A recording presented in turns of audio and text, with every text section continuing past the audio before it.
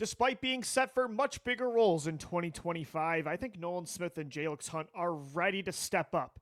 Coming up next right here on the Locked On Eagles podcast, we'll preview the edge rusher position and defensive tackle before next week's start of training camp.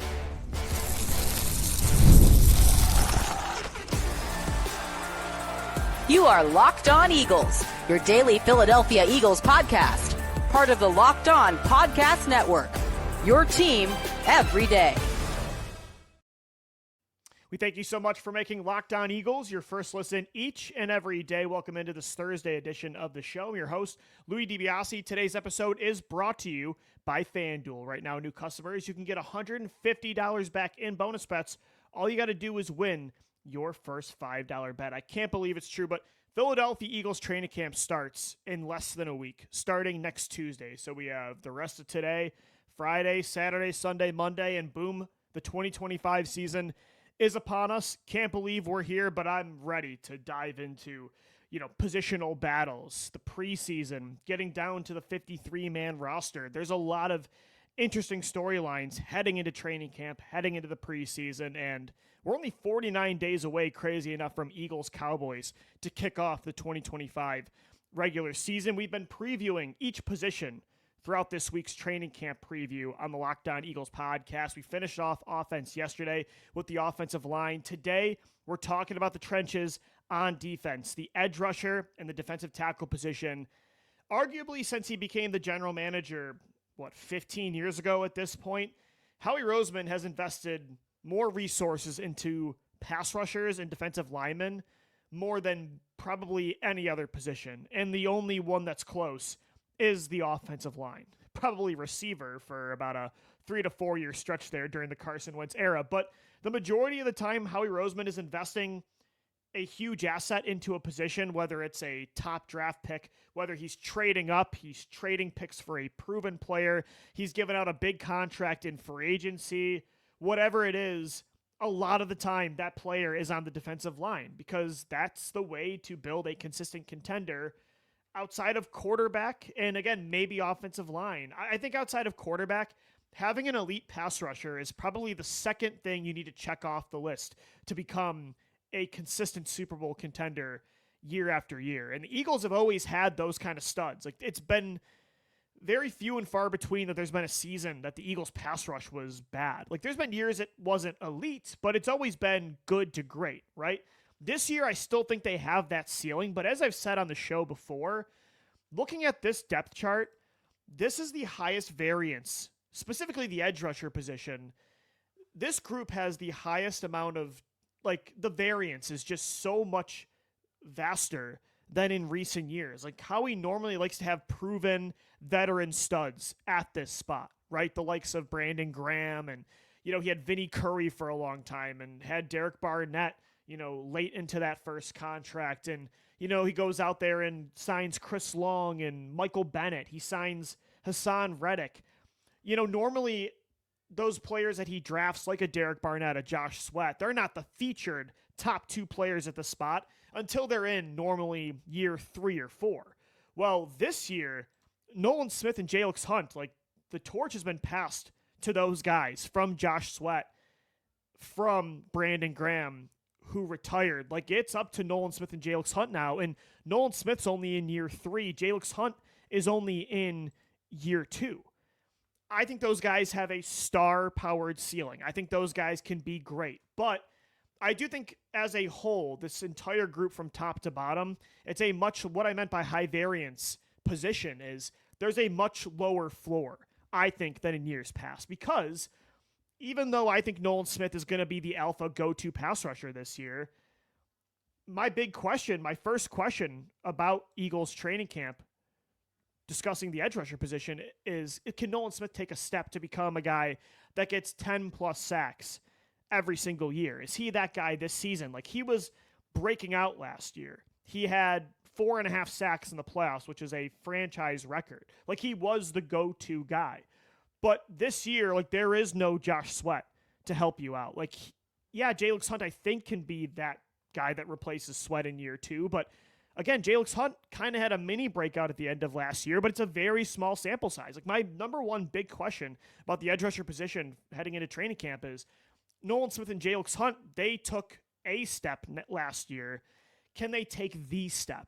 Some might argue Nolan Smith did take the step, but this year's different because now he's expected from week 1 and on to continue the play that we saw down the stretch last year. Because again, hopefully Jalyx Hunt can break out. Hopefully you get Azeez Ojulari to stay healthy and be a solid 6 to 8 sack guy like he normally was with the New York Giants. Hopefully Joshua Uche can get back to who he was in 2022 with the Patriots as a former second-round pick that had double-digit sacks, but it's been a long time since Uche's been that player. Azeez Ojulari consistently deals with injuries. Jalyx Hunt is still very new to the edge rusher position, and he's taking on a lot more this year. Like, is Jalyx ready to be that guy? I don't think any of us expected Jalyx in year 2 to be the second guy in this rotation. And maybe he's not. Maybe it is Azeez Ojulari. Maybe it is Uche. But I think the Eagles are expecting and rooting for Hunt to be that player because he has the highest ceiling. He's the youngest player, and he was really, really good in the playoffs. Jalyx Hunt's tape against specifically the Rams, like after that Green Bay game, the Rams, Commanders, and Kansas City tape in the divisional round, the NFC Championship, and the Super Bowl, it was unbelievable. But again, like it was a very small sample size. Is he ready? The Eagles are really banking on him to, I think, take the step that Nolan Smith did in 2024. I think the Eagles are hoping Nolan Smith takes the step that, like, he needs to be the guy that Hassan Reddick was in 2022, in 2023. I'm projecting that both of those guys can become those players. But again, it is a big leap. They are really banking on the young players to grab the torch this year and be the alphas of this position. My second question is about Azeez Ojulari and Joshua Uche, because those two are the ones that are going to round out this rotation as the third, maybe the second guy with Ojulari. Again, I think it's going to be Jalyx Hunt, but Ojulari is going to be that third guy, in my opinion, from a snap count perspective, and I think Uche is that fourth player. Those two are replacing Bryce Huff, Brandon Graham, Josh Sweat, those two and Jalyx Hunt. Are you going to be able to get Azeez Ojulari to replace Brandon Graham's production, who BG was the last couple years? I think if he stays healthy, he absolutely can do that. Can Joshua Uche do that? That's the bigger question. For Ojulari, it's really only about health, because if you look at his track record, his sack production over the years, like, it's pretty consistent. When he was with the Giants, let me pull up these numbers. He had 6 sacks last year, and he was the third guy in the rotation behind Brian Burns and Kayvon Thibodeau. He had 2.5 in 2023 because he was banged up. The year before that, though, when he was healthy, 5.5. His rookie year when he was healthy, he had 8. So I think Ojulari is, I think you're expecting Hunt to replace Sweat. You're expecting Nolan Smith to just take that next step and be who he was last year, all year long. You're expecting Ojulari probably to replace Brandon Graham's production, if not exceed it. And I think he'll exceed it. And then Uche, you're hoping, is an upgrade of what you had from Bryce Huff last year, which I don't think is, I think that's a low bar. But with Uche, he kind of was Kansas City and New England's version of Bryce Huff last year, like a former top pick or a high-producing player that just couldn't sustain that level of production. And he was a healthy scratch. Like, Bryce Huff was a healthy scratch in the Super Bowl for the Eagles. Uche was a healthy scratch for the Chiefs in the Super Bowl. So Uche, I think, has the biggest question mark. And if it's not one of them, my third question is there another guy we're not thinking of that could suddenly be that second or third guy in the rotation that beats out Ojulari and Uche? Maybe it's Antoine Powell-Ryland, the Eagles' last pick of the 2025 NFL draft, a guy that had 16 sacks last year out of Virginia Tech. Maybe he's just this fastball off the edge, this third down pass rushing specialist, that he's the guy. Maybe none of these guys look all that impressive in training camp next week and over the next couple weeks. Maybe Howie Roseman makes a move. As I've said in the show before, there are some interesting names still on the open market. Von Miller just signed with Washington today with the Commanders, but you still have Matthew Judon out there in free agency. You have Zadarius Smith. You do have Preston Smith. You have Jadeveon Clowney. Never, but you do have Jadeveon Clowney out there. There is the trade market. My third question is, if Ojulari and Uche just aren't good enough, is there another move that Howie Roseman's going to make? Because I think he, again, is going to give them the benefit of the doubt. He's going to give those guys a chance to earn these jobs, but I don't think he's going to go weeks and weeks And if those guys aren't producing, I think him and Fangio are going to say, we got to make a move. Like, Howie is not going to settle when it comes to pass rushers. Like, if these guys are this year's version of Devin White, where it's pretty obvious from the jump that he's just not the player they thought, and it's more of a name than an actual productive player that they signed in free agency, a former top pick that just doesn't have it. Like, I think Vic Fangio was out on Devin White pretty quick last year in training camp. I think if that's the case, maybe there's another move to be had. But edge rusher this year is so fascinating because, again, I think they have a star ceiling.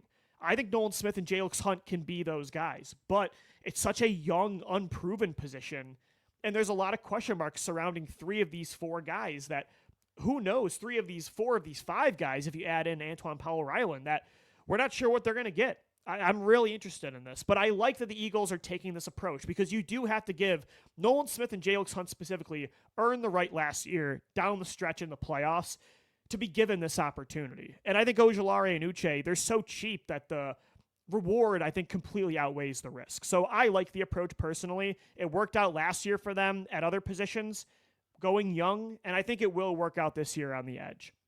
All right, guys, coming up next right here on the Locked On Eagles podcast, questions surrounding the defensive tackle position heading into training camp. Is Jordan Davis really going to let Moro Ojomo just jump him like Milton Williams did in the depth chart, or can he be an every down player? That's one of my 3 questions we'll get into coming up next right here on Locked On Eagles. This Thursday edition of the Locked On Eagles podcast is brought to you by FanDuel. Summer sports are in full swing, and whether you're all about baseball under the lights, golf on the green, high-stakes soccer action, I've really been into tennis lately. The Wimbledon final was awesome to watch. FanDuel is the best way to make every game even more exciting. You've already followed the action. Why not make it a little more thrilling? With FanDuel, you can get in on the game while your friends are getting sunburned at the beach. I've been using FanDuel to track my favorite matchups, and the app keeps it fresh with new daily promotions and fun ways to bet. It's easy to use, fast to pay out, and makes even regular season games feel like must-watch events. Whether you're placing a same-game parlay or watching a bet ride into the 9th inning, I love to hate-watch the Colorado Rockies and just go money line on the other team. I know it's a cheap bet, but it wins. Whether you're doing that or betting on some golf, FanDuel makes it feel like you're part of the action. New to FanDuel, new customers, you can bet just $5, and if it wins, you're going to get $150 back in bonus bets. Once again, bet just $5, you're going to get $150 back in bonus bets if that first bet wins. Open the FanDuel app today or visit FanDuel.com to get started. Thanks as always for making Locked On Eagles your first listen each and every day. Guys, make sure you do check out as well the Locked On Sports Today podcast. We were breaking down our entire Locked On NFL Top 100 list that we released yesterday. You can check out that list as well on our social media account at Locked On Podcast Network. 7 Eagles made the list. Saquon Barkley at number 10, A.J. Brown at number 16, Lane Johnson rounds out the top 20 at number 18. Outside of the top 20, you had Jordan Mailata at number 29. Jalen Carter comes in at number 35. This one was just disrespectful, and I recapped it yesterday. I came to QB1's defense. Jalen Hurts was put at number 46 on the list, and then Zach Bond was the 7th and final Eagle to make the top 100 for the Locked On Podcast Network at number 60. Again, make sure you check out my recap show of our top 100 list from yesterday. Also, Locked On Sports Today broke it all down with the experts of the Locked On NFL Podcast Network. Today, we're previewing training camp. We are starting to get into the defensive side of the football after finishing offense yesterday, talking about the offensive line. When it comes to the defensive tackle position, the Eagles have, as I said, Jalen Carter was the 35th overall player on our top 100 list. The only defensive tackle that was higher was Dexter Lawrence, and he was only 2 spots higher at number 33. So our peers of the Locked On Podcast Network thinks Jalen Carter is the second best defensive tackle in football. I think when it's all said and done at the end of 2025, he will be ahead of Dexter Lawrence. Like, that's the kind of player that Jalen Carter is. I think he can be the next Aaron Donald, the next Fletcher Cox. He was already treated like that by offensive lines last year. I mean, just look at that Rams playoff game, how good he was. 2 sacks in gotta-have-it moments, a forced fumble and a gotta-have-it moment. Jalen Carter is one of, if not the biggest reason that you have a Super Bowl this year. I think, and it's crazy, Fangio said it himself last month, and I totally agree, Carter's just scratching the surface. Like, he still hasn't fully developed heading into year 3, and that's so exciting. So I'm a big fan, obviously, of Jalen Carter being the alpha at this spot. I think he's your best pass rusher, whether it's from the edge or the interior. Like I talked about Nolan Smith needing to be the go-to guy on the edge. I think Jalen Carter, though, is the go-to guy. Like in that moment where you got to have it, you got to get the sack. Brandon Graham's got to strip sack Tom Brady. Hassan Reddick's got to get to somebody in the fourth quarter. Like that clutch pass rusher. Who are you looking to? It's Jalen Carter at defensive tackle. Again, that sack on Matt Stafford saved the season on third down with the Eagles' backs against the wall. Like, he is that go-to guy. I have no questions about Jalen Carter this year.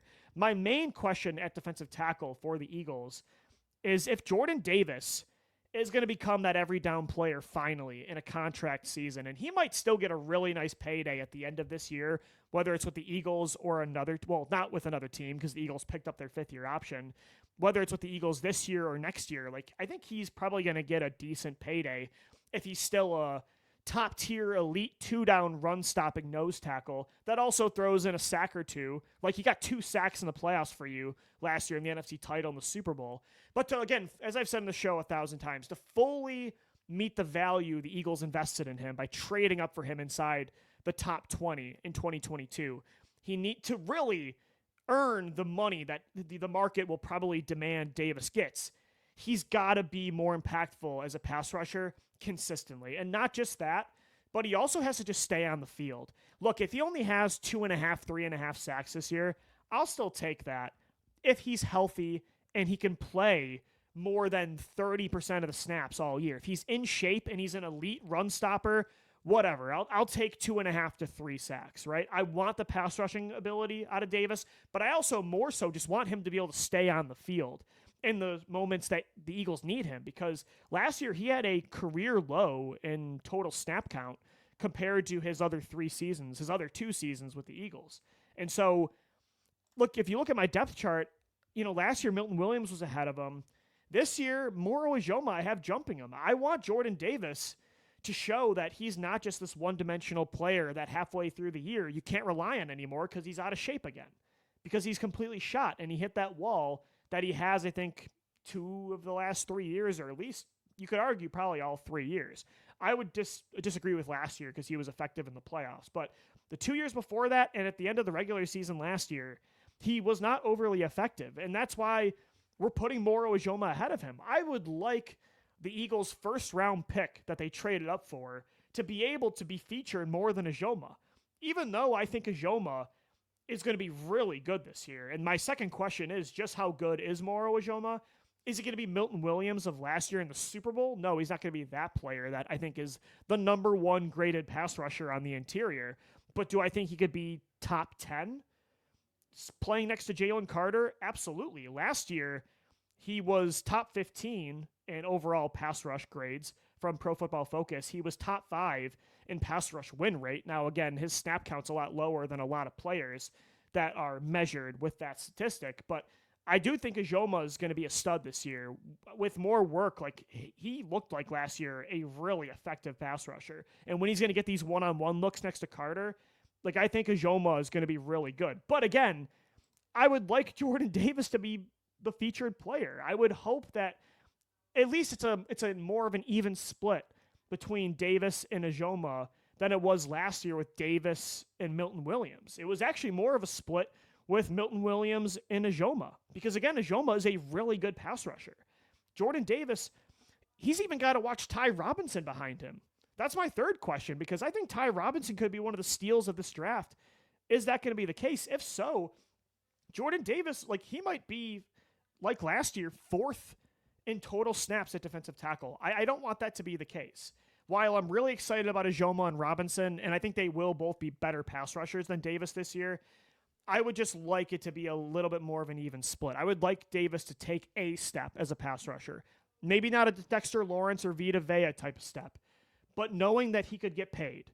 Seeing the Eagles still, despite his flaws over the past few years, picked up his 5th-year option and will likely give him an extension no matter what, unless he's just terrible this year. Because, again, I think they do value even the role that he has had over the last few years. I would like more. Again, I'm not expecting this massive jump, but I'm expecting some sort of leap. I am, because I think when he's in better shape and he's just on the field more, I think he can get to the quarterback. Again, it probably won't be to the degree of Robinson or Ojomo, but he had a sack in the NFC title. He had a sack in the Super Bowl. Like, he's proven that he can get to the quarterback at times. And I think Clint Hurd is the right guy to get the potential out of JD. So that's my number one question is, like, is Davis ready? Like, if it's not this year, it's never going to happen. My second question, just how good is Moro Ojomo? Because if they can't rely on Jordan Davis, it's up to Ojomo to replace that production from Milton Williams, maybe by himself. If not, though, it might be with Ty Robinson. My third question is, how good is Ty Robinson as a steal of the draft? I know he's a 4th-round pick, but 7 sacks on the interior is not anything to just kind of overlook coming out of Nebraska. I think Ty Robinson has already turned some heads from veteran offensive linemen that gave him a shout-out during OTAs. He's somebody that in the preseason I'm really excited to watch. So, again, kind of like the edge rusher position, it's a young group. It's a little bit unproven outside of Jalen Carter, but I love the ceiling. Again, I love the ceiling of Ojomo, of Robinson. I'm really excited about Jordan Davis this year. I think that NFC title and Super Bowl we saw from him wasn't a mirage. Like, I do think he has the ability to be someone that gets, again, I'm not expecting 5+ sacks, but 3.5 to 4.5. Like, can we expect that out of him this year? Like, if he gets 3 sacks, or 3.5 sacks, sign me up. I'll take that. I think he can be that player. He's just got to stay in shape. And I think he's been improving his pass rush moves. I think I saw some good counters last year in the playoffs that kind of showed that there's some building blocks there to work off of. All right, guys, coming up next right here on the Locked On Eagles podcast, we are going to wrap up this Thursday edition of the show with a little Andrew Mukuba update. It looks like the second round kind of holdout that was going on across the league, it might come to an end after a 49ers deal with their second round pick that happened today. So we'll get into that coming up next right here on Locked On Eagles.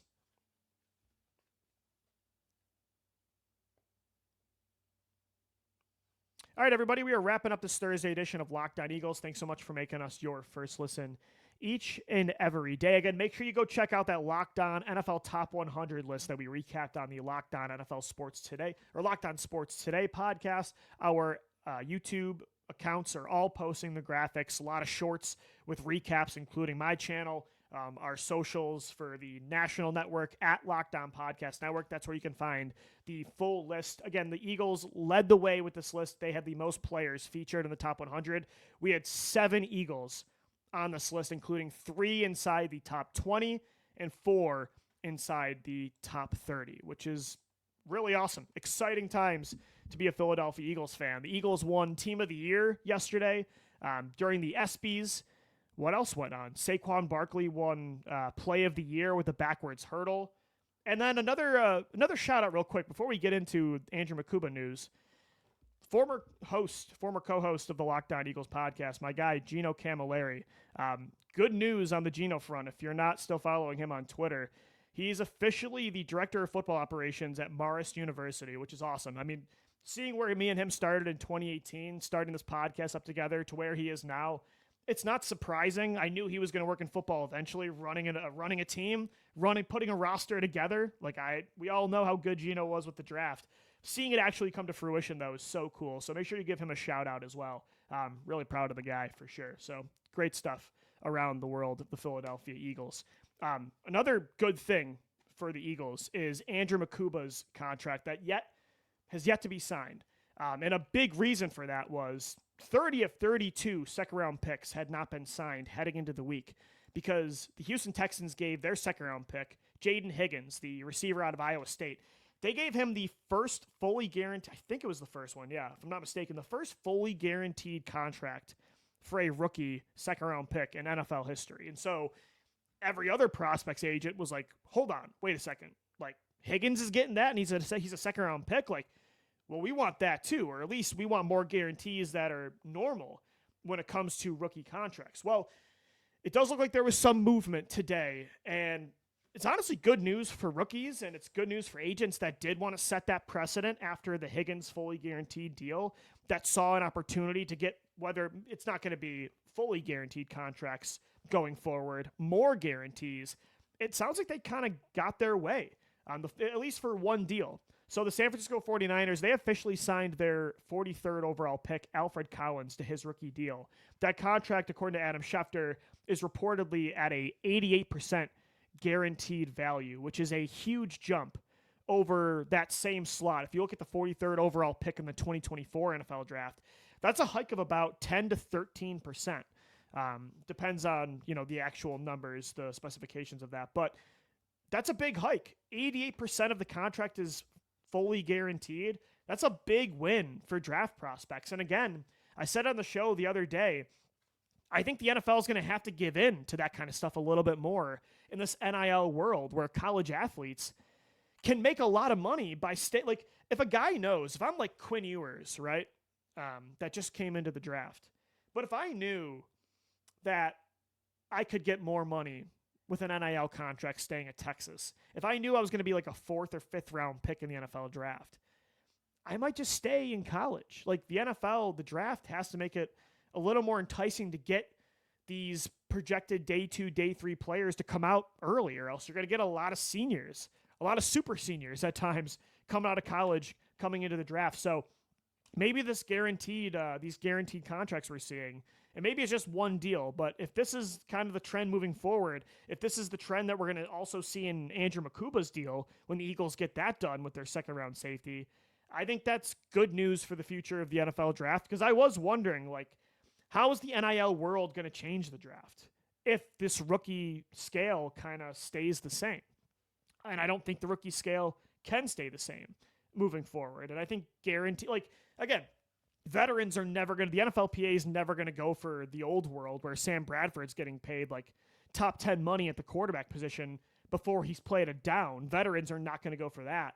But I do think guaranteed money could be a nice middle ground where it incentivizes players to come into the draft early.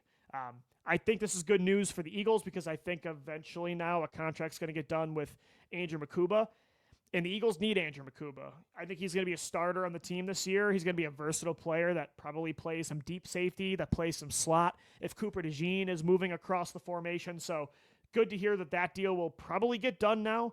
We'll see if the rest of the NFL follows suit with the 49ers deal. Again, it's not the Jaden Higgins fully guaranteed contract, but Alfred Collins got an 88% fully guaranteed deal. So that's pretty good. I think that's a big win for prospects and agents across the NFL. All right, guys, that's going to do it for today's edition of the Locked On Eagles podcast. Thanks so much for making us your first listen each and every day. Got another show for you tomorrow, one more show on Monday, and then Philadelphia Eagles training camp starts at the NovaCare Complex on Tuesday. Football is in the air. Cannot wait. Until then, thanks so much for downloading, watching, and listening, and let's go Birds. Fly, Eagles, fly.